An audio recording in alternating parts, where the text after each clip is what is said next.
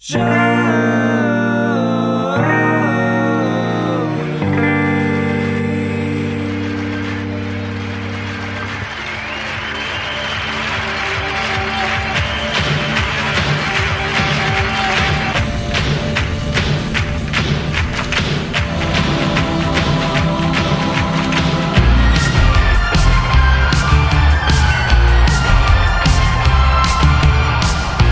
hello, everybody. Welcome to another installment of Show to Be with Mike G, the show of life, the show of Chicago, the show of acting, the show of whiskey, lots of whiskey.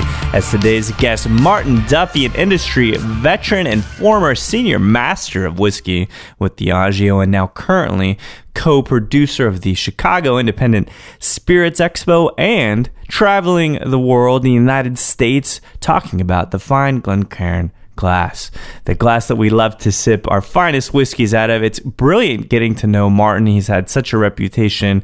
There's lots of YouTube interviews with him, so I had some kind of research I could look at before going into the conversation. But what resulted is just a great time sitting down, talking movies, talking family, and talking whiskey with one of the greats in the industry. And there is one really interesting theme here, and I don't take it as bitterness, and I hope you guys don't either. But Martin is older. He's 51, 53, something like that. And we both discussed this concept that this is a young man's game, that it is no longer a country for old men. So that's something worth thinking about, and it's great to hear Martin talk about it. So without further ado, I hope you guys enjoyed this chat with Martin Duffy.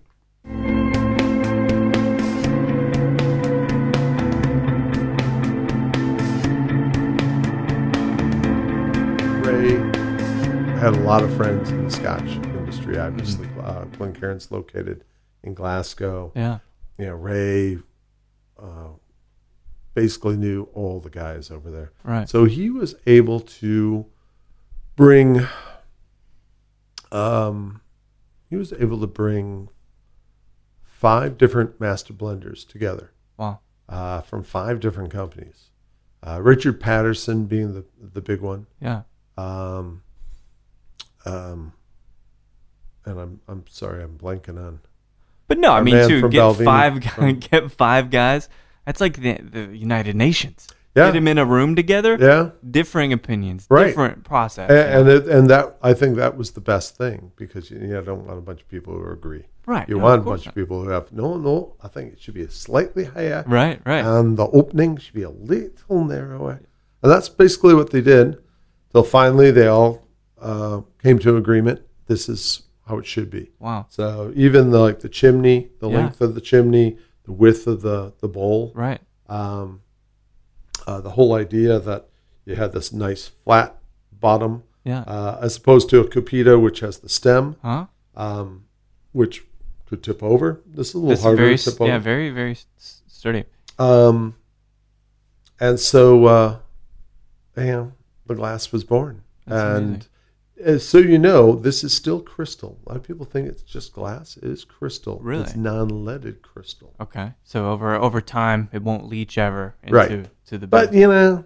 that whole lead thing, as far as, nowadays, lead crystal is treated on the inside anyways. Yeah. Just not in it. Yeah. The chances of the amount of lead you would get from even leaving your whiskey in a leaded decanter, Right.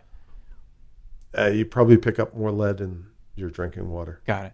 than So you would. Yeah, because for a long In a time day. I heard that was in a day. Really? Shit, I drank so much water today. Yeah, all lead. I better hit the Wild Turkey decanters from the 80s then, because it's the only way I'll make it up. But so this glass is born. You come to, could we call Texas your territory? Is it the States your whole territory? The United States, yeah. Wow. So I'm the sole U.S. brand representative Wow. for Glencairn. I met Ray and Scotty Davidson. He's the middle son. Mm-hmm. And Aileen Scott's, well, I'm not sure if they were married at that time. I think they were dating. But this was like, I don't know, at Whiskey Fest, Chicago, maybe even before that. Wow. I met him a long time ago. It's been something kind of fostering a relationship. Yeah. Oh, yeah. I mean, we were always friends. It's been about, I don't know, 13, 15 years that we've known each other. And I was going over to Scotland, and I'd always go and visit them. And, Right. Scotty would always put me up in his house. Ray put me up in his house. And it was, yeah, great, having a good time. So good mates. Yeah. Yeah. And I was always working for some company. After Diageo, I worked for Bacardi Oh, okay. for about a year and a half, 13 months or so. So when time came around, Andy, this is about 2 years ago now, Andy was getting married. And so the whole idea of him traveling the globe constantly, Not so appealing. he had to right? settle down. Yeah. Plus, one guy traveling, that's nuts. It's not Keith Richards or anything. Yeah, right. Yeah. So they asked me if I'd, come on a kind of a retainer basis. Right. I'm not a full-fledged employee. I kind of, we have a different arrangement, but I get my job is to go out, answer the questions for all the big guys Right. who are ordering glasses, but also to kind of introduce the little guys to the glass. It's really amazing That's cool, how yeah. many folks now. You go to ADI Mm-hmm. or the ACSA conventions, Right. and they pick up one of our glasses because a lot of times we'll donate glasses to some of the tasting events, and they'll go, "Hey, what's this? Where'd this come Really? from?" Oh my God, Dude, this is like, this is a prototypical, this is like the Class A luxury glass. You know what I mean? But see, now this is where I think it's kind of fascinating about the indie spirit world. Yeah. All these micro distilleries. And notice I don't say craft. I Sure. try to, Craft's just, it's marketing crap. Really. Yeah. And it's just too goofy. I think indie, you're Indie's good. independent. I like that. You're Totally like independent. that. Yeah.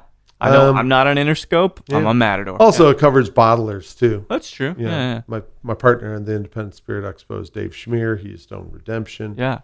He was independent. It Yeah, was for him sure. him and a partner, but that was it. It was their little baby. Yeah. Do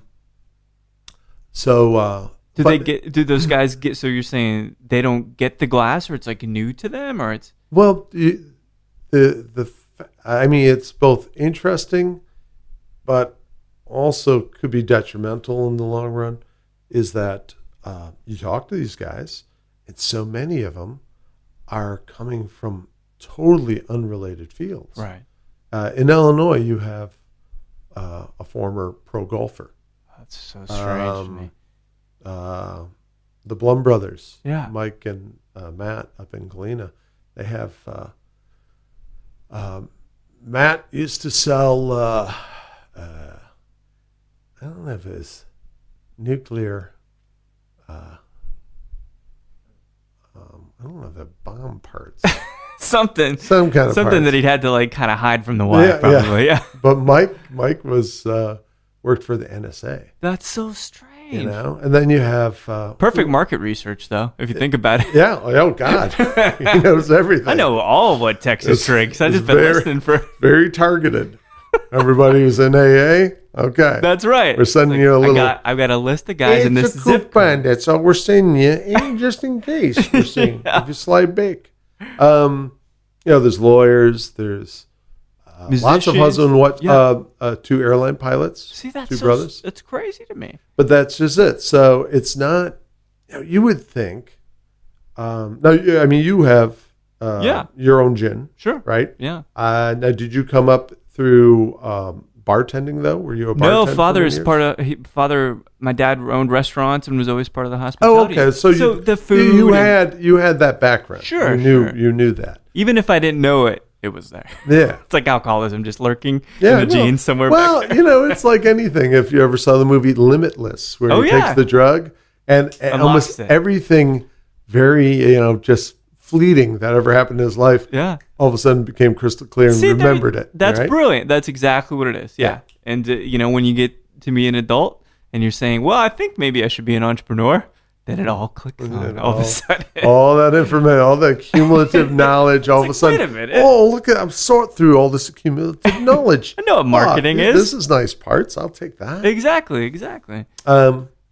So, But it's still foreign to these guys. oh yeah, That's so strange. I mean, that's just one of them. The other thing is, dealing with distributors. Yeah. There's my niece was working for, up until recently, working for a distillery up in Wisconsin. Uh-huh. And this is very common. I shouldn't just narrow pinpoint these guys. It's very, very common among all these new brands. And you I don't know if you went through this yourself, but they think once they get a distributor, it's easy street. I got all my product. Now it'll sell itself on the shelf with 20 other SKUs. Exactly. Right. Well, the distributor's selling it. Right. Exactly. No, the distributor's taking orders. That's right. You're supposed to sell it. And then they get all mad when they think, well, what do you mean? I got to spend money? I got to buy, I've got to pay a brand ambassador or something. Right. I go, well, you need somebody looking out after your stuff. If all you think, all you have is a distributor, and you think that distributor is looking out after your stuff, imagine a babysitter with 100 to 200 kids. Right. And it's a damn Brady Bunch over there. Yeah. Without Alice. That's right. It's Jesus, there is no Alice. You're right. It's just the Mrs. dog. Yeah. Just the dog. just maybe, or it's Bobby. Bobby looking after 100 Olivers. For those of you who remember the last season of the Brady Bunch.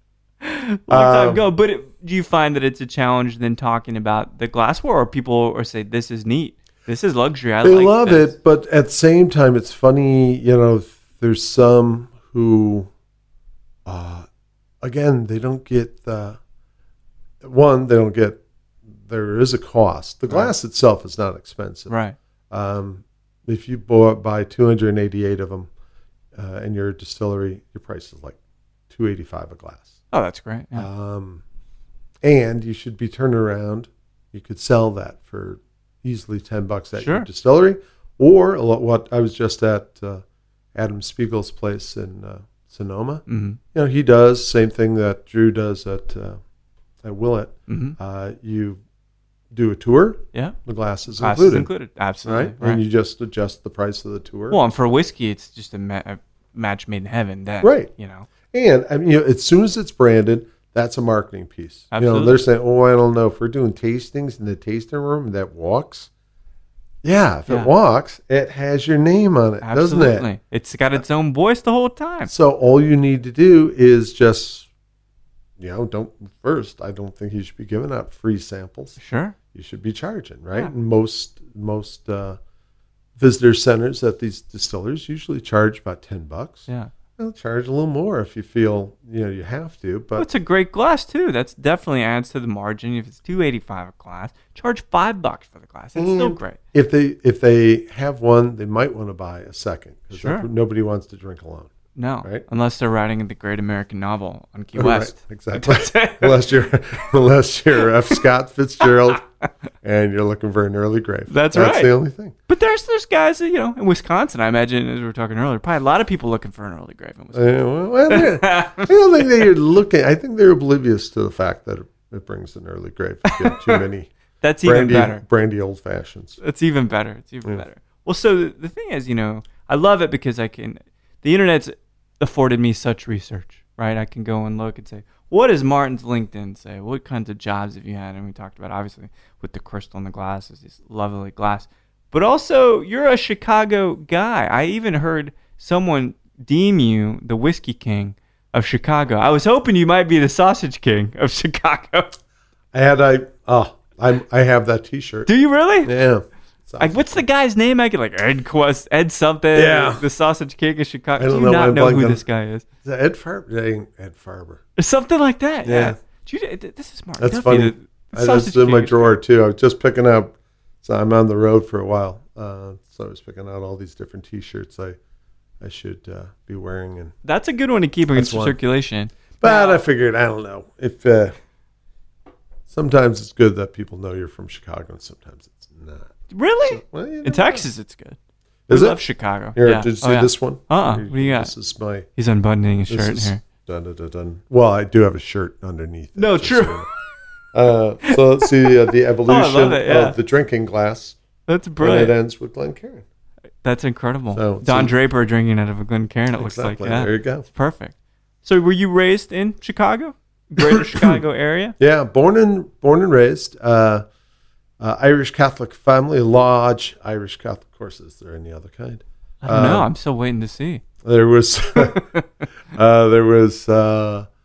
was number 5 of 5 brothers with 5 sisters. Wow. So we were kind of like So the Brady that's Bunch why you watched the on Brady steroids. Bunch so yeah. much. Yeah.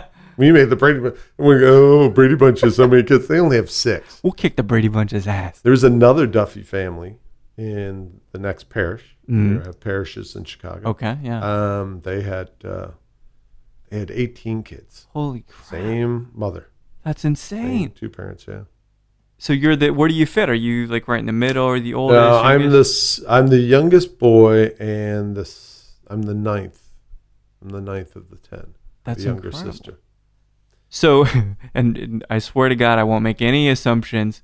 Is whiskey a part of growing up in an Irish family, a large Irish? You know, it is, but it's not as big of a fact. I mean, it's funny you mentioned that. I mean, I look back, and it was never. It's not like people talked about it, Right. ever. But when we had the relatives over, the party was in the basement, and Sure. we didn't have a fancy basement. It was an unfinished basement. So Pops would throw some towels over the washer and dryer, and that was the bar. Okay. And so you had scotch, and you had some Irish whiskey and some vermouth, usually sweet vermouth. A lot of Manhattans, a lot of Rob Roy's, and just a lot of whiskey on the rocks. Yeah. And when I was I had whiskey young and not really knew it. Yeah. Because at Christmas time, we didn't have brandy eggnog. We had whiskey. Whiskey eggnog. Okay. Yeah. And usually Irish whiskey. Usually, What I think is it was the Jameson. Jameson? Okay. Okay. And then there was, I think it was an economic thing. Yeah. You have 10 kids. You're not going to go out and let's go do a pappy Yeah. Right. eggnog. Hey, There as long was- as it gets the job done, Exactly. you're You going to just see want punk that rock whiskey bands. in there. Yeah. Pops was very practical that way. That's good. I remember, I think the Scotch was always Cuddy Sark. I remember Okay. seeing Cuddy Sark there all the time, or J&B. Makes some sense. But, and then the other, and I'm always amazed when I tell people this, but I guess it was something, you folks out there in podcast world, please let us know if this was happened in your neck of the woods. But on the south side of Chicago, my mom, when I was sick, when any of us kids were sick, Right. she would make a pitcher, big old pitcher, Okay. about of hot toddies. Really? And I've heard of this happen. Yeah. This being. Hot water, lemon, honey, and lots of whiskey. Yeah. And that wasn't for, a bunch of kids getting sick. That was for you. Really? I had to polish that off. And you felt it. And it felt great, though. Of course I feel better. It really did. And it was funny. I think, how come I could have all those? And the next morning, I actually felt better. Right. And nowadays, if I drink a pitcher of hot toddies, well, they'd wake up feeling, this is great. It's bizarro. Like, you have to be sick to not get sick. Yeah. Maybe it's two negatives. Like, I guess, negative positive. I don't know. I guess maybe the little, whatever little virus that's kicking your ass at the time, all of a sudden it meets its match and the two killed each other. And they try to fight, but the one's too drunk. He's like, I'm just going home. I can't. I don't want to do this anymore. Oh my God, I'm going into somebody who's sober. This is the worst. So it's something. It's a thread of childhood, not in a bad way, but in a good way, in a therapeutic way. No, and I've always associated, that. When I was bartending, I bartended for about 12 years. In Chicago as well? Yeah. Again. I spent almost my entire life with the exception of 2 months I lived in L.A. Oh, really? But I was really kind of on the job. It was a Chivas promotion I was doing years and years ago. And then that same promotion took me to Dallas. I stayed in Dallas for 2 years. 2 months. 2 months. And then I did work for Diageo in Dublin for 2 years. Really? So you got 2 months in LA, 2 months in Dallas, some nice time in Dublin, and then the rest of it in Chicago. All Chicago. When you're doing the high school thing, I'm trying to think, were you kind of, did you have an affinity towards English? Were you a math guy? Were you a science guy? Or none of the above, starting fights? In high school? Yeah. No. Well, because it's like, where does this take you? How do you get into hospitality? Well, I tell you what, it was interesting. And I think this is kind of true. At least it was for a lot of the people that I ended up working with as brand ambassadors at Diageo.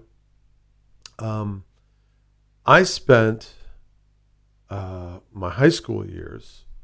Yeah, the only classes I remember really liking were history. I was really good at history. But I went to school with the whole idea of getting into acting. So I wanted to be an actor. So I went to a couple of different colleges. Eventually got a degree at Columbia College downtown Chicago, which at the time was really just a commuter college and wasn't very expensive. And I felt like a sap afterwards because most of the people I took classes with some went on to nice big successful careers in Hollywood. Most of them just audited classes. Yeah. I didn't even know you could audit a class. Wait, I have to pay for them. Damn it. Why didn't my dad tell me? Yeah. The financially sound father, And at the same time, I was taking Second City courses. I was going to ask you, I imagine. So this is why I ask. I can tell because you do the voices and you do them well. And you're in it, right? Like you it's the inflection. You're taking us back to the personality. What the thing with improv always taught me was that you could. It's all about telling a story, right? That's right. Yeah. Right. So when you're telling a story, it's good, especially if you're the only one telling it now. Yeah. Well, you got to differentiate your characters, That's right? Give them a little, and you add something to them. So the voices, dialects help. Plus, I just think I've always thought, here, I'll get to this. There's another reason. So I got into theater. Here's one of my big brushes with greatness before he was famous was Steve Carell and I performed together for many years. Right, yeah. So that was before he got into. It's before Tina Fey even came along. Wow. And my friend Scott Adsit, who did the voice for. Yeah, I know Scott Adsit. Yeah, I don't know in person, but I know. Yeah. So Scott and I ended up meeting at Columbia, and Andy Dick. Yeah. Oh yeah. Dino Stamatopoulos. I don't know if you ever heard of Moral Oral or on Adult Swim. Yeah. Mm-hmm. So he created that. No shit. Yeah. So these are all these your contemporaries. My contemporaries, if you will. Yes. Well, so I have to ask you. I love film. I love actors. Was there somebody that you grew up watching, maybe idolizing, like, man, this is somebody that I would love to aspire to be as an actor? Well, there's a bunch. But at different times. Sure. I mean, I always liked guys. Who's a great performance, totally overlooked. I bet most people nowadays haven't even heard of the film, but they should go revisit it. John Hurd. John Hurt. No, John Hurt from Big, from Home Alone. Yes. He's a great character actor. Yeah. Go back about 1979, 1980. It's called Cutter and Bone with Jeff Bridges. I haven't seen that. You gotta see it. I love John Hurt, though. You watch that movie and you go, wait a minute, that was the father in Home Alone? Oh, man. Fantastic. Really great performance. There's another early one I'm trying to think of with John Hurt as well, and it's like a Ken Russell movie or something. But he had some, he pops up. I'll watch these movies from the early 80s. I'm like, that's John Hurt. And he's just skinny, and he looks Yeah. like a great actor. Well, he was. It was right around that time. Cat People. Yeah. You Oh, know, yeah. There you go. Natasha Natasha Kinski. Kinski. Yeah. Oh, That's Natasha Kinski. well, Klaus Kinski. Don't even get me started. Yeah, don't. Now you just harshed my Natasha Kinski mellow. She does look like him, Martin. Oh, She no, looks like, she doesn't. in the eyes, she looks. No, she has the dark thing around the eyes. But no, don't be doing that to my Natasha All right, Kinski. I'm sorry. There's bourbon to make up for it, but so this acting Other guys thing- like Gene Hackman. Oh, Gene is another one. French I always loved Gene Conversation. Hackman. I always loved. This is my thing. I've always loved anything or anyone that, if everyone's touting something, Right. I kind of lose interest. Not that it's bad, Yeah. but it's kind of like, well, you know what? Everyone's already touting that. I want to tout this. I want to be that little voice in the wilderness touting this little thing. Yeah. I don't know. I don't want to say I am, that little hero of the. I'm not even a hero, but that supporter of the little guy. I knew it. But yeah. there's something about that, Sure. I always thought that, it was especially with actors. Yeah. But so going back to. So with the acting led to bartending. So I started bartending because as an actor, man, you make no money. Right. So I started bartending, and then I started making a lot of money bartending. And eventually, I started feeling like a sap, giving up my bartending gigs to go perform in a show that I wasn't getting paid anything for. Yeah, it doesn't make sense, really, does it? No, and you were spending money on headshots, and Yeah. people were, agents were sending you on, 100 miles for some audition, Right. for some shitty little industrial film. You go, oh my God, that I might not get. Right. So right. I just So I have to lose what? a hand again for an OSHA video. Yeah. Really? Yeah. So you just kind of feel like you're spinning your wheels. So I started getting more and more into the bartending. And at the time, this is the early 90s now, there was no internet. Yeah. There were whiskey books, spirit books out there, but but how do you find out? Yeah, exactly. There's no, you can go into bookstores. I don't even know if there was Barnes & Noble at that point, but so you go into the little mom and pop used bookstores and you try to find some stuff, but even then you didn't know what was good and what wasn't. Right. And there were no brand ambassadors. There was no doing any training until a fellow by the name of Evan Katnack and another gent he worked with who would come over for Glenmorangier. What was his name? Anthony Burnett. Yeah. A really nice guy. Very distinguished. Always, very proper. Some very British.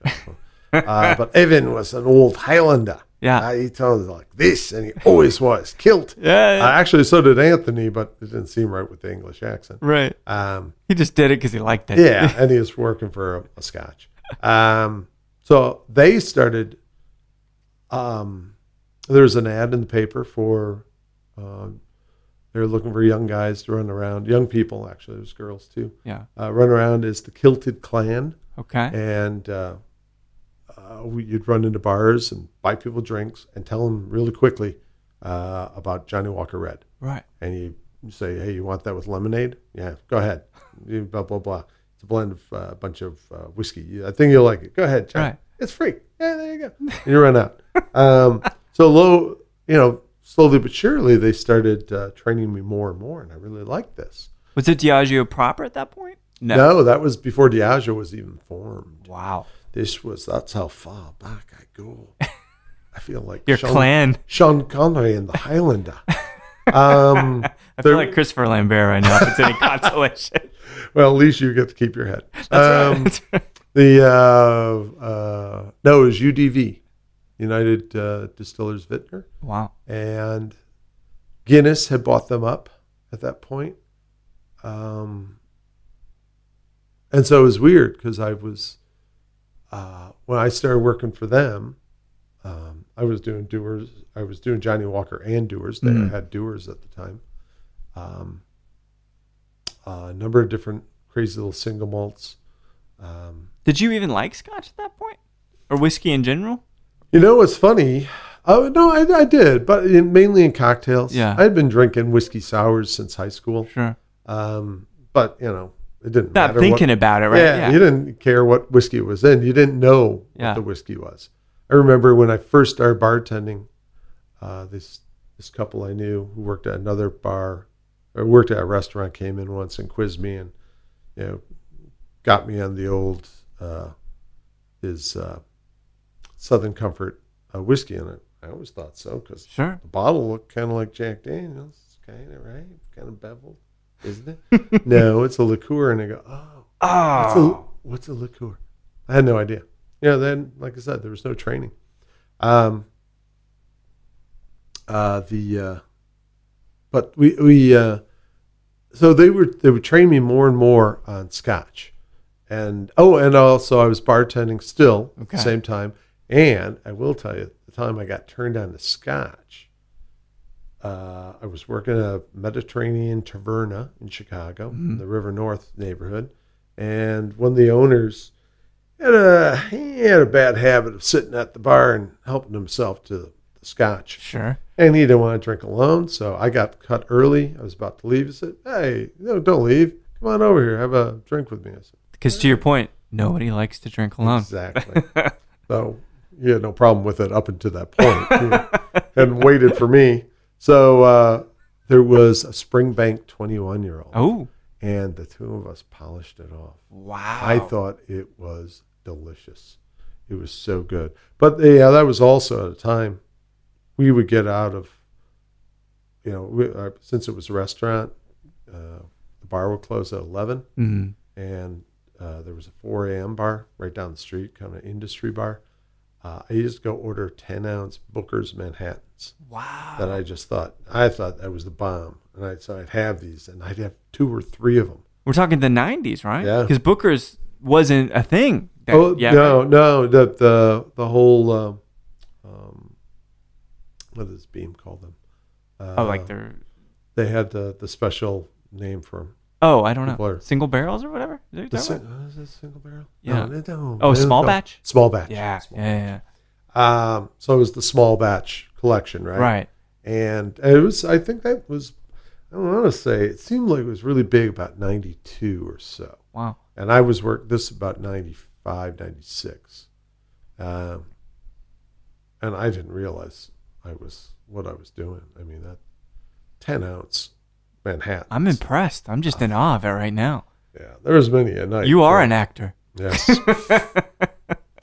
All this is leading up to why I do voices. Right. So when they started, Evan was an older man. I don't know if they thought he'd eventually phase out. I think he was already in his 60s at that point. But they also, he just couldn't be everywhere. Right. So they started hiring some of us. We were called Scotch ambassadors at the time, and we were just all freelance, working part-time in different markets. Yeah. Steve Beal, ever hear of Steve? No, over in San Francisco. He is the whiskey king in San Francisco. Oh. He really is. He's very highly regarded out there. A girl, Marcy Rudershausen, was down in Miami, and she was in theater. Spike McClure up in New York, he was theater. Simon Brooking was one of us, and he was in acting. And so they bought us all these really nice kilts. Well, actually, at first, when we were Scotch ambassadors, they were basically tablecloth, plaid terry cloth towels. It was really embarrassing. Those do not hold against an updraft, do they? No. It was a little.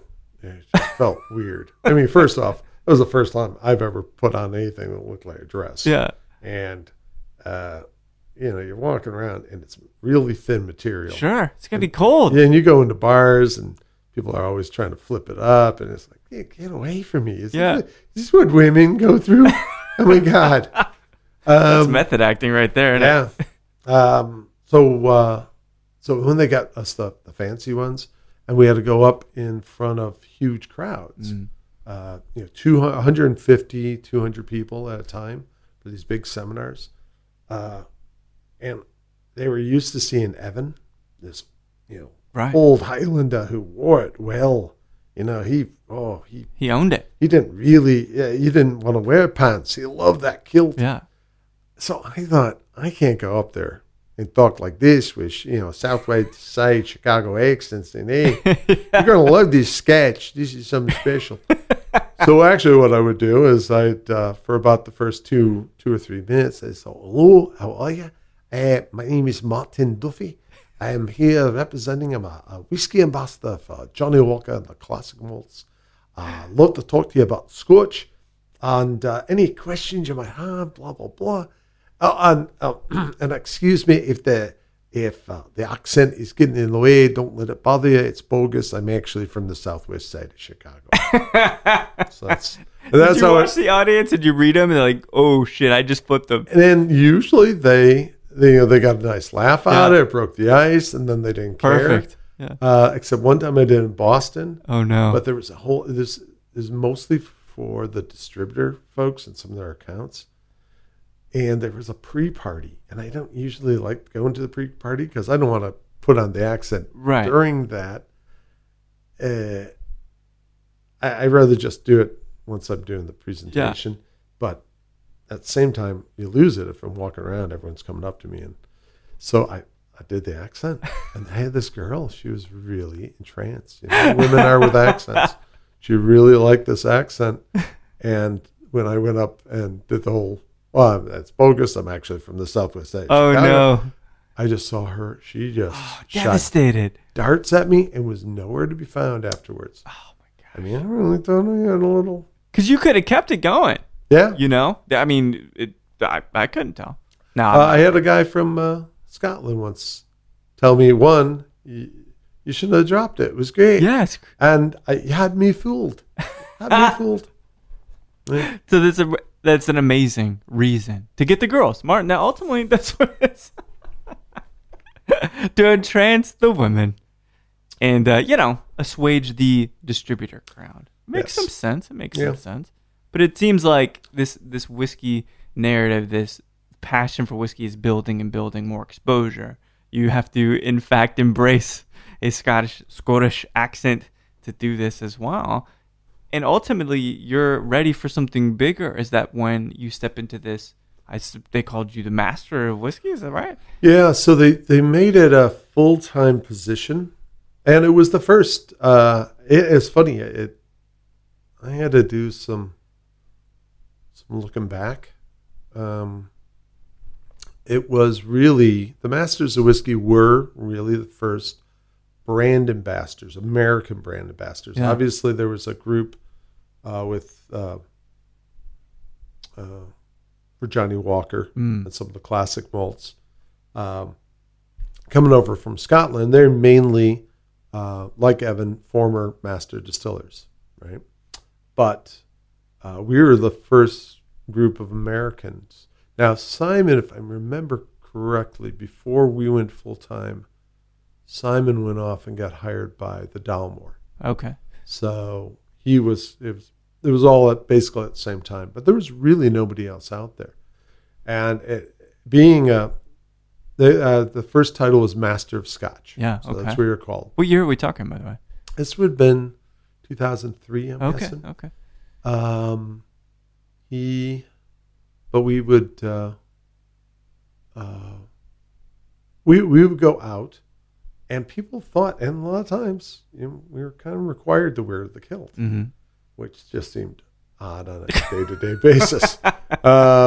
Eventually, they did away with that. Call you in the middle of Martin, are you wearing the kilt?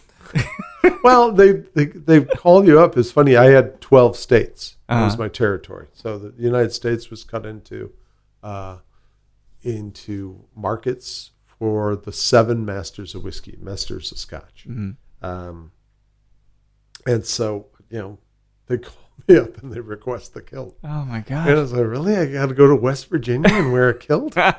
Do they know what a kilt is out there? Because I'm not planning on dying today, guys. I don't want to get beat up. But Yeah, so the Masters of Scotch eventually evolved once they decided to bring all the other whiskeys into the portfolio. So you had Bullet. Dickel was very small. It was a small little. In fact, there was almost no focus on Dickel, but it was kind of considered in there. And even Bullet at the time was small. Hobby brands? What? I mean, could you call them like hobby brands for Diageo? They're not really the money makers yet, but we won't let them totally. Well, we won't reject I don't know. You know, it's funny. I mean, with Dickel, it seemed to me, it always seemed like Dickel was poorly managed. Yeah. From the get-go. And that started actually with UDV in the 90s. I don't know if you recall, they had a big shortage for a while. Oh, yeah. Because they shut down. But it was off so many, even the local markets. When I came back from Ireland. Mm-hmm. I came back from Ireland in 2010, resumed my old job as senior master of whiskey, and I was downstate Illinois, where Dickel was big. It was really big. Oh, and Bullet too. Yeah. And both weren't on the shelves. I'm going, what? Why isn't it on the shelves? Oh, I don't know. Turns out nobody was ordering it. Nobody at the distributorship. Right. The accounts were asking for it. But then the distributor wasn't coming through. And then Diageo, the local market, wasn't ordering it. Really? And something happened too with Bullet while I was away. That I ran into Tom, and Tom said, yeah. I think I was asking Tom to come up for some event. And he said, Chicago's kind of fallen off the, our key account market. So I go, what? Chicago? Yeah, really. What the? Who dropped the ball? Yeah. Yeah. So that was really bizarre. But there was another. I guess maybe the demand for Dickel elsewhere was quite big. Yeah. And so the local market was saying, yeah, we can't get the number 8 and number 12. And I go, well, you know what? There's a Cascade Hollow in the southeast that I know still exists, and that was there to make up for the shortage in the others. Yeah. Bring it up, baby. Bring it up. Amazing. Fill it in. What do you think, guys thinking? Do something, right? Yeah, do your goddamn job. Yeah. You just want to take everyone and shake them. Say, what are you just stand around going, I guess there's... Well, we're just going to let it suck. Here, have some Smirnoff. So how long was the complete, this amazing, illustrious career as a master or senior master of whiskey? Well, I did the Scotch ambassador job for 7 years part-time. Wow. Then I was 2003 to 2008. I was a master of whiskey. Then I got a call from Dublin, asked me to go over to work for Diageo over there. Yeah. For 2 years as their reserve brand. Their reserve brand was it wasn't as extensive as it was here. Right. But I did that for 2 years, and which was great because I got to work really closely with Bushmills, which Diageo owned at this time, and I was going up to the distillery, bringing down empty barrels. If you go to Dublin, and you go to the Brazen Head, which is one of Ireland's oldest pubs. Okay. Been around since 1198. Holy shit. You will see 2 barrels out front of that pub. I don't know if they still say Bushmills. They might be a little too weathered by now. But I brought those. Really? To the oldest pub in Dublin? That was my legacy. That's not much of a legacy, but that's my legacy, yeah. Did you start a family over with the nice Catholics in Ireland when you were over there? Yeah, I was going to go over there. Everybody had bets I'd bring home a nice Irish girl. But, and again, now I'm going to quote one of the guys I worked with. I was sitting around at lunch with these guys. They had a great cafeteria at Guinness. The guys were all talking about, there was a big influx of Polish and Czechs in Ireland. And they say, "Oh, those Polish girls, that pretty. Oh, they're those are some good-looking girls, Marty. They're good-looking. Yeah, they're nice." I go, "Hey, guys, what's the matter with your own homegrown lasses? What's the matter with them?" And they go, "Marty, we're not an attractive race." That's not entirely true either. Well, I think the Irish get a little better when they jump out of their own little gene pool into other little wading pools. That makes sense. Yeah. That's why the It States an is island. good. Yeah. Yeah. A lot of different cultures, a lot of different beautiful things shared, Yeah. I think it's very important that I think everyone should move around and mate. But not at the same time. I mean, you gotta be stationary to mate. Yes. So don't do it in a car while driving. Yeah, over a long period of time. But yeah, I think it's important. I think that's when you think about Brazil. Oh, there Not you to go. get too far off topic, but Brazil, those girls are, oh my God, they're gorgeous. It is. Yeah. I mean, it's a haven. Yeah, for and fashion. look at it, it's everything. It's African, African, European. even Asian at a point, right? There's Huh? Asian? I believe there's a big Japanese culture or movement, I guess you could say, in Brazil as well, which is pretty interesting. So you come back to the Midwest. You're working with Dickel. You're working with Bullet. How much longer? What was the departure like? Because it sounds like you had a really long career with Diageo, working with many different brands. Well, I don't know how it was happening, but I was always getting in. I seemed like I was always in the line of fire stuff. There was an incident.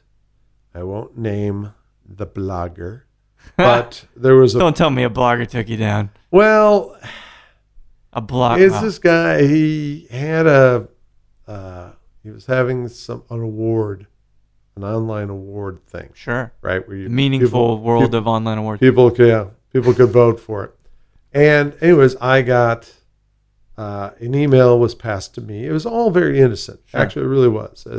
A brand manager for one of the brands passed it on to MKTG, which was the marketing company. Yep, that hey, look, Diageo's whiskeys are up for a number of different of these awards. Send this out to the Masters of Whiskey. Have them send it out to their customers and people who might want to be interested in voting. Yeah, that's what we did. I got that email. I sent it out. I got a call from a fellow in Scotland, or not a call, it was an email just saying, "Marty, what's this all about?" And I go, "Oh yeah, this guy's doing this this award ceremony." It's not exactly, and I wasn't. This was earlier on. This was before I went to Ireland. I wasn't fully aware of just some of the animosity that Diageo had out there. Really? Among some. Yeah, sure. I mean, some of it I think was, it's good to flip off the big guy because that's cool. That shows you're a punk rebel. rock, right? Yeah. Right. So he, I just said, "Oh yeah, so he's not crazy about us, but what we say in Chicago: vote early and vote often." Right. And so, I that was a joke between me and him. Well, that was all an email. So this email thread, somehow this fella in the UK contacts somebody in New York. They see what I wrote. The blogger guy sees that there's a bunch of people voting from Diageo, which I think that's probably within the rules. Yeah, it's and online. There's nothing on his site saying you couldn't vote for your own brands. Yeah, well, that's what everybody does. Yeah, and so he actually took it to the press in the UK. Really? Yeah. So there was a number of articles, and as far as I'm concerned, it looked like some shit was hitting some fans. Yeah. So I get a phone call. I'm getting bitched out. And I go, well, I couldn't have been the only one that email was sent out to everybody, and it told us to send it out to everybody. I don't get it. And I go, well, wait, what is about this? Telling people to vote off and, You were recording a nice sentiment of the local vernacular. Yeah, exactly. And it was a private message between me and this fellow who I knew over in the UK.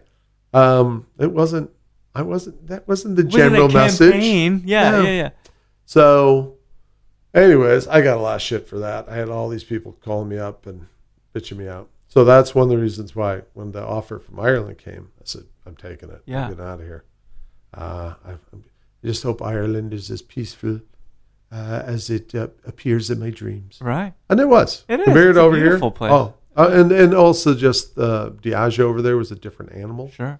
I mean, it had its own little faults in that it was a beer company over there, and spirits were secondary. They were not even secondary. They were like except for Smirnoff and Morgan Spice. Oh, geez. They were, it might have been a unicorn on your farm. So it was a good thing you moved out there. Sounds like a nice peaceful thing, a spiritual. It was great. I still have tons of friends from there. I thought I did make a mark. Yeah. I was part of me and just this other gal, actually, Dawn Nelson, both together basically launched the Irish branch of the Diageo World Class. Oh, wow. Competition. Okay. Yeah. That was us. And not too long after I left, they stopped for a while. It was only recently until Peter O'Connor, who was a master of whiskey after I left Diageo. Yeah. He was a master of whiskey here. He moved back to Ireland. They started up again. Anyways, that we were So you left a mark. That's got to feel pretty good. Yeah, right? No, I did. I guess. I don't know. You one of the guys that are like, whatever, man. I just do what I do. Right. And, it's when you're driving down the road, do you really notice if you've left a mark back there? That's true. I think I could have hit a guy. Yeah. I think I just killed a hitchhiker for arousal, but I don't know. Yeah. I'm just moving. And, the thing, I don't know. I don't know how you ever, I don't know, in this business, I don't know how you really ever gauge. I mean, someone like Charles Joly. Yeah, wow. I think he can gauge. Yeah. Ron Cooper, he can gauge. Talk about mezcal. Yeah, well, when you're a brand owner, that's right. I think you can gauge. That's pretty easy. Yeah, gauge that. I'm talking about when you don't have your own brand. Yeah. I worked for Johnny Walker for roughly about 14 years. Wow. But, how much credit should I take for that? Yeah, considering they were usually putting about $10 million behind advertising. Yeah. So. No, that makes sense. Were you ready to move on ultimately to something else? So when I came back, so I was back, when I came back from Ireland, I picked up my old job where I left off. Two different things. One, it didn't seem like the routine had changed, just the whole annual routine of, okay, this is days leading up to St. Patty's Day. Let's push the Bushmills. Okay. Right. Now it's the days leading into Father's Day and Kentucky Derby. Okay, let's push Bullet for Kentucky Derby. Let's single malts for Father's Day. It just felt a little repetitive. Mm. Then again, I got shit. Yeah. What'd you do this time? I invited a couple of friends who we were told to hang out with, associate with, but I mean, they were friends of mine. I knew them, but they were journalists. Oh. And we were out drinking one night, and we had just gotten approval to go see Stitzelweller for the first time. This is before it was the Bullet experience and all this. Nobody had stepped foot in this place, and so we just got this permission to go, and I said, "Hey, you guys want to go? We're going on Friday. Would you like to come along?" Oh man! And they said, "Oh, yeah, you're kidding? Sure." And we were just standing around hanging the bar out, right? drinking. Yeah. So I just thought, come on, local bourbon lovers, and they knew Tom. Mm-hmm. So I thought Tom would probably give him the thumbs up. In fact, I called Tom. He said, "Oh yeah, you kidding? Those guys? Yeah, they're great." I checked with the local Diageo woman at Stitzelweller. She said, "Oh yeah, you kidding? That'd be great." And Mike Veach, it was the first time I met Mike Veach, and Mike was going to take us through there and show us the old archives. Fascinating stuff. I mean, so it seems like a great deal. Everybody's on board. I got 2 friends. They want to come. But I think I see where this is going. But tell me how it blew up in your face, Martin. This woman who, I think she's still with Diageo. She was in charge of PR, I guess. So I think, I'm not quite sure if maybe I was on Facebook and she saw pictures that they were posting on Facebook that they had taken. Yeah. But they were posted on their Facebook page. Right. But still, I'm sure there's like... I think I was posting pictures of it on Facebook page. Right. So, and it's pictures of inside there. They're not reporting on it. Yeah. But she had her undies in a bundle because we brought journalists. In fact, I think... oddly enough, Steve Beal had called up Fred Minnick. Invited Fred, too. Oh, geez. It was the first time I met Fred. But that was, he didn't even get approval for that. Right. I got approval, I thought. I didn't know I had to call this woman in New York. Oh, so anyways, I had to get bitched at 3 different times. And it really just kind of wore me out. It's like, are you kidding me? And why is it me? Yeah. Why me? Well, you're the whipping boy, apparently. Yeah, but I was with 3 other senior masters of whiskey at the time. So it's like, are you kidding me? Can we not? How come you're not yelling at them? Yeah. What does it mean? Oh, because you organized the trip. I go, yeah. Well, you want to bitch out my travel agent too? If that's the case. Anyways, a couple of months in, there was another event we did in Chicago, and my manager at the time calls me up, and he had more things to bitch about that show. Yeah. And I thought, you know what? Most of that stuff you're bitching at me about, I had nothing to do with. Yeah. And I'm thinking, and it was that phone call. I just told him, you know what? I don't think this job is for me anymore. I don't know if you guys are trying to chase me out, but you succeeded. I'm done. Shit. That was it. He said, you want to think about it? You want to sleep on it? I go, no. Done. And, nobody called. Nobody tried to convince me not to. So I think I always kind of got a feeling that they just wanted me out anyways. And that is 14 years worth or even more than that? That was 14 years that I was there. Yeah, which it kind of bums me out because all the people who were pissing me off, they weren't there when I started. Yeah. I thought, wow, you guys, a bunch of Johnny-come-latelys. And some of them even left just after I left. So had I stuck it out, I thought, God, you could have waded through it. But you never know. Now, right? 5 more years later, I would have been cut. So what's the difference? Or running the joint. Who knows, right? No. Well, so then this lines up perfectly. Diageo is not an enemy. They're a big guy, right? Mm-hmm. So they're one of the big ones, and obviously people want to critique them, and that's fine. That's what you're subject to. When you're on that big of a scale, you get that much money. That is, unfortunately, one of the things that happens. People will point and they'll criticize. You have journalists writing about it. So they dissolved the program. The Masters of Whiskey, that's ultimately what it was, right? The Masters of Whiskey program. The program along with the tequila guys, too. Oh, that's tequila right. ambassadors, I believe, were all cut. So that was ultimately what you had given a lot of years towards. Yeah. And Diageo cuts it. Well, and you notice, I don't know if everybody caught this, though a lot of articles did mention it. It happened almost simultaneously with Evan Katnack, his death. Oh, really? So he died. I think the Masters of Whiskey were told maybe 2 days before, but it was announced 2 days after Evan's death. Wow.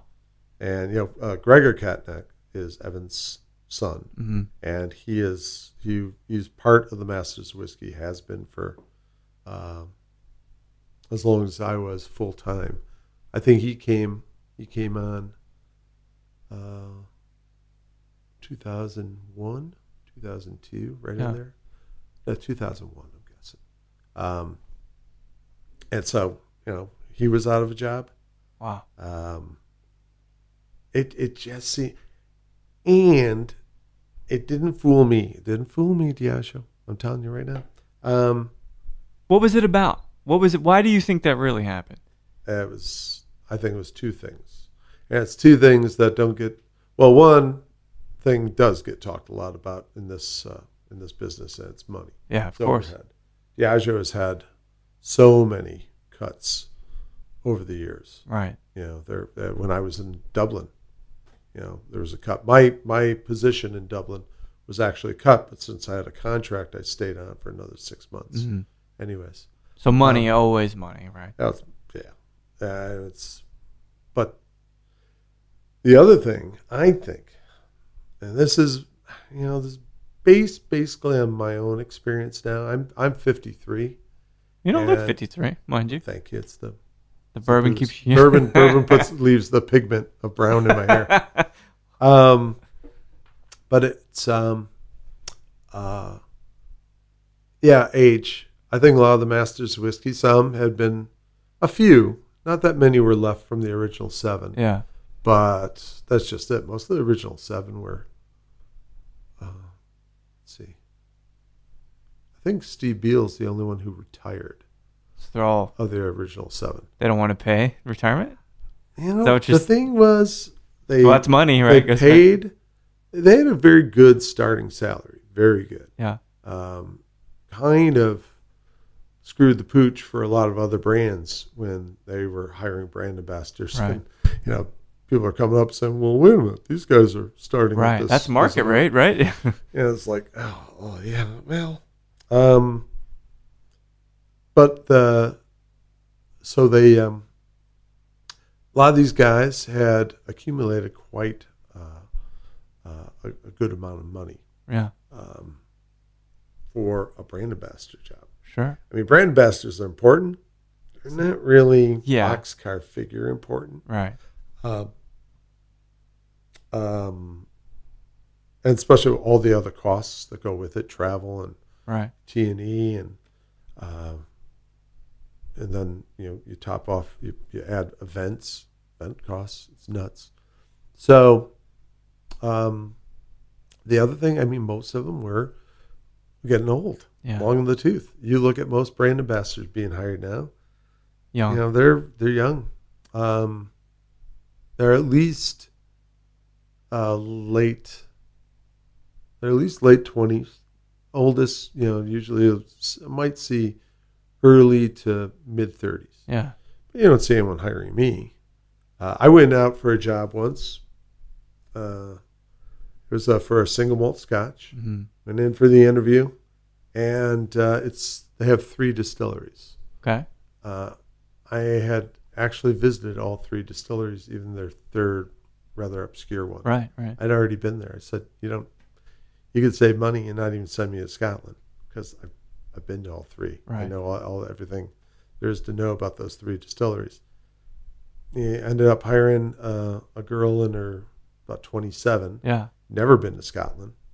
And who they ended up firing about 6-7 weeks later. Jesus, that's so much money to invest in somebody just to fire him 6 weeks later. And their whole thing was too, according to her, I ran into her and she said it was because they said she didn't have enough connections in the whiskey community in Chicago.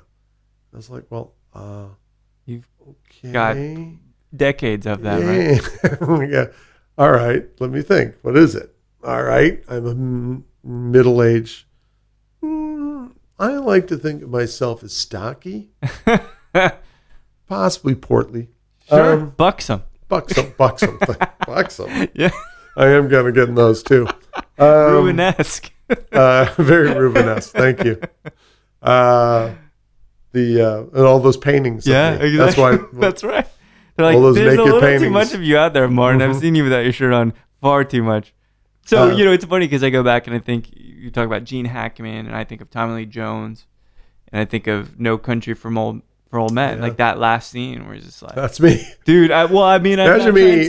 Then that's a whiskey in my hand. Yeah, that's Tommy Lee Jones playing Marty Duffy. I don't know anymore. I don't know where we going. There's no country for old man. Exactly. But that really is the way it feels. Yeah. And I think with the Masters of Whiskey, I think a lot of them. I mean, you had a lot of guys in their 50s, some even in their early 60s. Yeah. Even some of the youngers. I know they have a couple who are young, but if they wanted to keep all those guys, and I don't see why you wouldn't. Right. You could have. So they had a new marketing company, right? So right. All the Masters of Whiskeys were with MKTG, mm-hmm. which used to be U.S. Concepts. And now they have Inspira. Mm-hmm. It could very easily just said, Transferred okay, we're over, moving right? everybody over. Boom. Yeah. But no. And they had already started hiring these spirit specialists a year ago. Yeah. There was already a couple in Chicago. So when they put out this notice saying, they're going to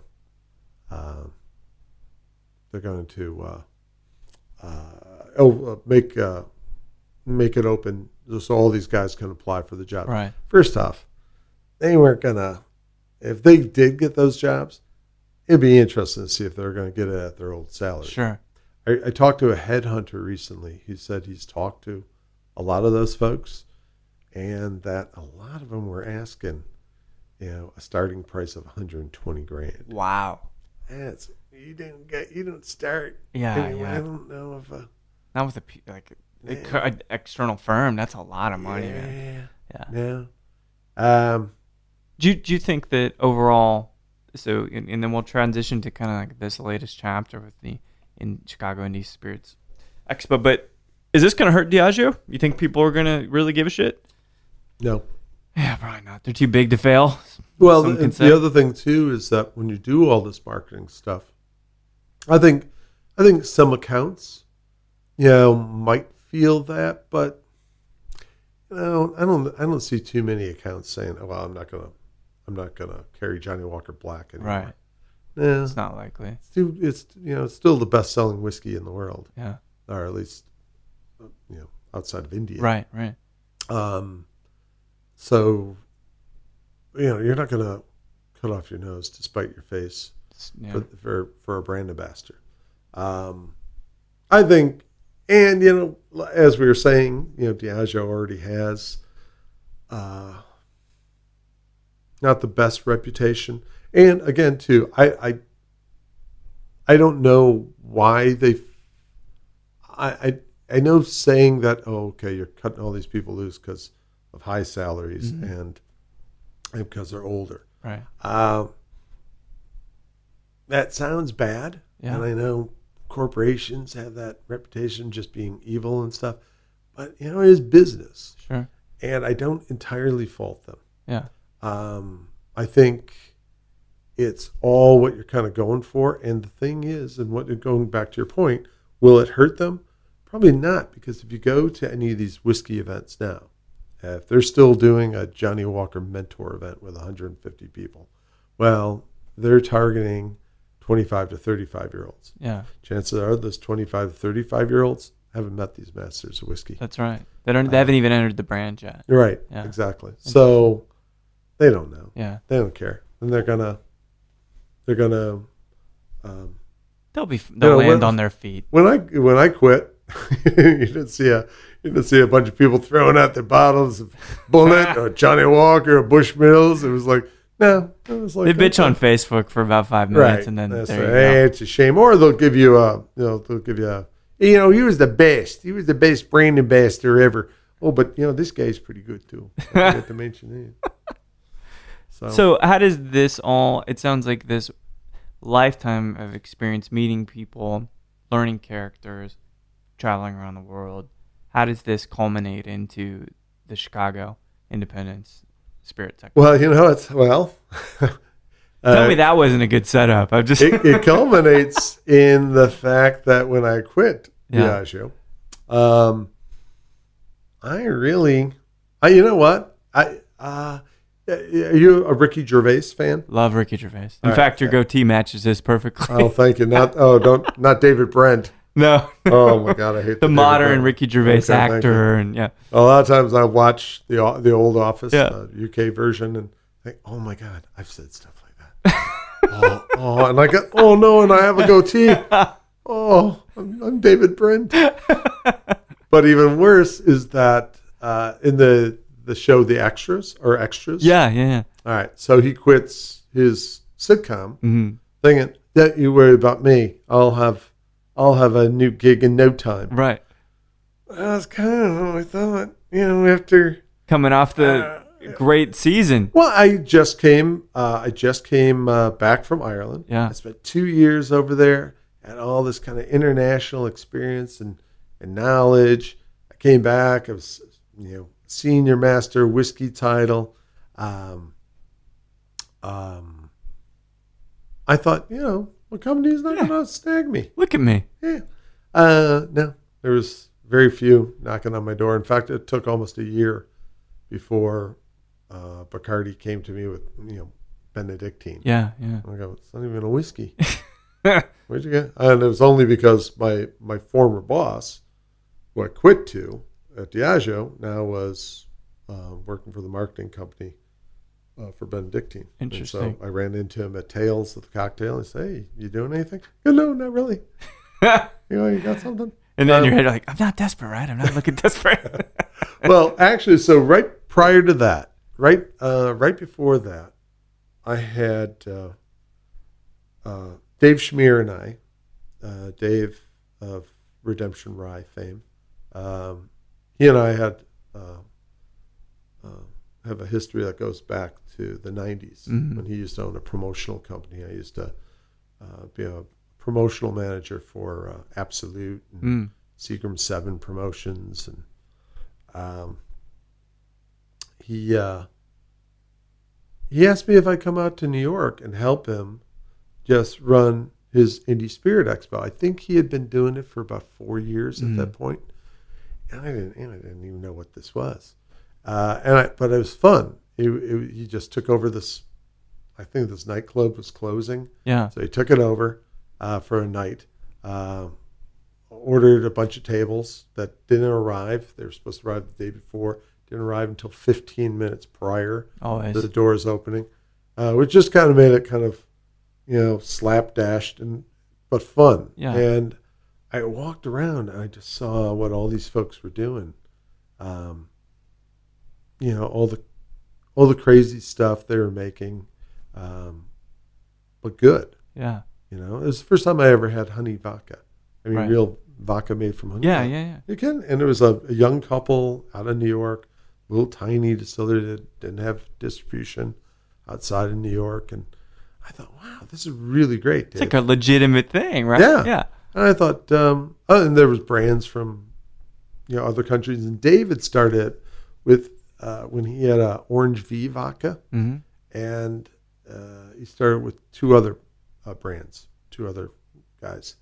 They just took over a corner of this nightclub, and he built it. There was about, I think, 50 exhibitors at this event. It was just great. It was mostly trade coming in, and I thought, you got to bring this to Chicago. Bring it to Chicago, and I'll work with you on it. I'll do this. I'll help promote it. We'll get bodies in there. And so we did it at the Bottom Lounge in Chicago that September. That was May in New York. Not even a full season's passed and you're doing it. We brought it in. It was great. Yeah. Big, huge event. We took over this entire 2-story bar, and it was tight. It was really tight. So next year, bring it to a bigger facility, and it got even bigger. Yeah. Like I said, I think we had between 50 and 60 at our Chicago event. And now, this past week, we had 156. That's crazy. How many years? What was this? Was our 6th year. 6th year. Yeah. That's incredible. Yeah. So since 2010, you guys have been knocking this out. Right. And so I've been doing it all along, even though when I was working with Bacardi, I still did this. Yeah. As kind of a side thing, especially with Benedictine. I love Benedictine. Yeah. They had no budget to. I know why. I even asked the brand manager about 3 or 4 months into it. I said, I don't. Why did you guys hire me? I mean, it doesn't make sense. You have no budget. You have no budget to send me anywhere. I go to. They give you some stamps and some postcards. Yeah, basically. Yeah. They sent me to. I went to Tales of the Cocktail once, which was nice, and Ron Cooper and I did a seminar down there. Killer. Yeah, me and him, Eric Seed, a Father Bill Daly, Derek Brown. But and then Manhattan Cocktail Classic. But I didn't get the point. So all right, you're sending me, but what are we doing to build the brand? We're not. So I'm here at the event. Hey everybody, you want me to hold up a banner or something? I didn't get it. I'm not taking my shirt off again. Yeah, not for this. Not again. But so years of whiskey, 6 years of the Chicago Independent Spirits Expo. You had a stint with Benedictine. You gonna return to acting? Is that is that the next step? I tell you, if I was independently wealthy, if I won the lotto, I would go back and do theater. Just because the problem with doing theater is not having any money. That's right. So if you had the money, pure passion play. I go back. It's just fun. Yeah. It is fun. Theater is fun. I don't know about film. I never did. A little film I've done, I've tried to forget. But theater was always. It's always a good time. Yeah. You're getting up on the stage and what's bad about doing that? something wacky or you're doing something really serious and people applaud. I mean, who doesn't love that? Yeah. But as far as what my future is, I don't know. It's gonna try. I would like to work for another whiskey brand. Yeah, I would, but as I said, I don't think most whiskey folks, the big guys, are interested in old timers like me, my guy. It's no country. No, it's no men. country for old men.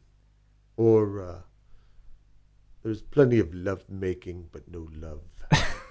That was Charlton Heston, Planet of the Apes. Thank you very much. That's great. Huge fan of him. And Omega Man. That's an underrated. Omega Man. Love that movie. Yeah, that's a great movie. A lot of. So yeah, we could go to the film conversation, but I'll put it this way, man. You've been insanely open and transparent. Really, really nice to talk to. Really cool to chat with on the phone too. I've talked to lots of people, and hardly any of them are as cordial as you have been. And I can't wait. Midwesterner. That's right. And I can't wait to run into you Thursday night. Whiskeys of the World, yeah. Yep, I'll be there. Good. I'll see you there too, and we'll have to rub this Old Forester Birthday Bourbon 2016 in the Brown-Forman rep's face because they always say they have it like hidden under a cloth. They never do. They're just lying. We'll actually bring it. Burgers. Right? How do you feel about it? Oh, it's good. It's tasty. That's all right. It's all right by me. Well, good. Martin, thanks so much for chatting, man. Thank you, Mike. This was fun. Likewise. Thank you. Let's do this daily. Yeah. Well, I'll run out of bourbon probably real soon. That's right. This is the best free drink I've had today. Well, there you have it. What do you guys think? Martin is a kind guy. He's kind of a legend. He's an impressionist. He loves movies. It's really easy to talk to him and sip bourbon. And honestly, for someone that has such experience and such a wealth of knowledge about whiskey, he is not pretentious at all. He will sit and sip whatever's good with you and not judge you one bit. And he was with Diageo for a long time, and I think it's a really timely to release this interview, and it's not as a criticism of Diageo. I think we talk about it a bit here, but with the recent dissolution Masters of Whiskey's programs with Diageo, it gives us a lot of thought and insight as to what the brand ambassador position will become. What does it look like in the future? Thanks everybody for listening to Show to V with Mike G. I hope you have a good time listening to these chats, but whichever whiskey you're thinking about filling your glass next, or what you thought about this year's Whiskeys of the World, please keep dancing.